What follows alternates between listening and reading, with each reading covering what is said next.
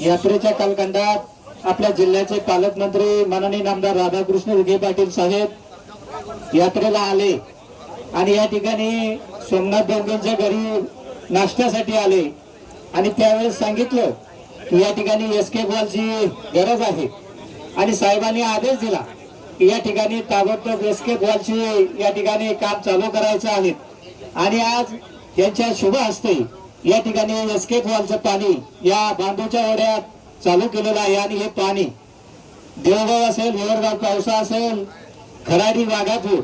अशा पद्धतीनं अनेक गावांचा या एसके बॉलच्या माध्यमातून फायदा होणार आहे। खरं म्हणजे साहेबांनी या हिवरगाव पावसा असेल किंवा इतर पंचक्रोशीत अतिशय विकास कामाचा जो धडाका त्यांच्या माध्यमातून या ठिकाणी केलेला आहे। त्याचबरोबर या ठिकाणी आपल्या तालुक्याचे लोकप्रिय आमदार अमोलभाऊ खताळ यांनी देखील अतिशय चांगल्या पद्धतीचे काम या ठिकाणी या पंचक्रोशीत नाही तर तालुक्यात देखील उभं केलेलं आहे आणि त्याचाच एक सार्थ अभिमान आपल्या सर्वांना असला पाहिजे की साहेब आपल्या माध्यमातून अमोलभाऊंच्या माध्यमातून असं एकही गाव नाही की ज्या गावात निधी मिळाला नाही असं उल्लेखनीय काम या ठिकाणी केलेलं आहे आणि कार्यकर्त्यांचे देखील मान नक्की आपल्या कामातून या ठिकाणी उंचावलेली आहेत। साहेब या ठिकाणी आपण जे केले देवगड देवस्थानचा प्रवर्ग देवगड देवस्थानचा प्रवर्ग देखील 5 कोटी आपण दिलेले आहेत। साहेब 2 मिनिटं या ठिकाणी एक मुद्दा राहिला आहे कारण की या ठिकाणी आमच्या गावात काय विरोधक श्रेय घेत नाही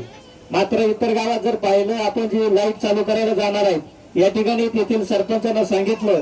की स्ट्रीट लाईट आम्ही मंजूर केली मात्र गेली 40 वर्ष या ठिकाणी सत्ता बघत असणारे